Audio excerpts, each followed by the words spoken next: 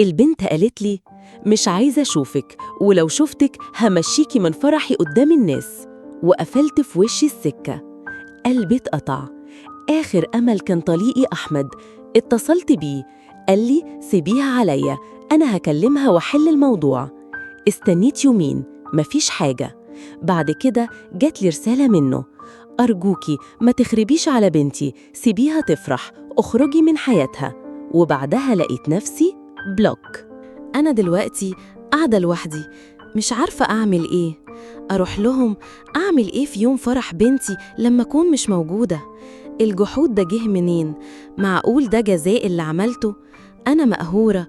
القصة دي مش قصتي لوحدي، دي قصة كل أم اضطرت تاخد قرار صعب، كل أم دفعت تمن اختيارها. هل الحب ممكن يغفر كل حاجة؟ هل في طريقة أرجع بيها ولادي؟ شاركونا رأيكم في التعليقات. لو كنتم مكان الأم دي كنتوا هتعملوا إيه؟ واعملوا اشتراك للقناة عشان تشوفوا قصص تانية وتشاركونا الحلول.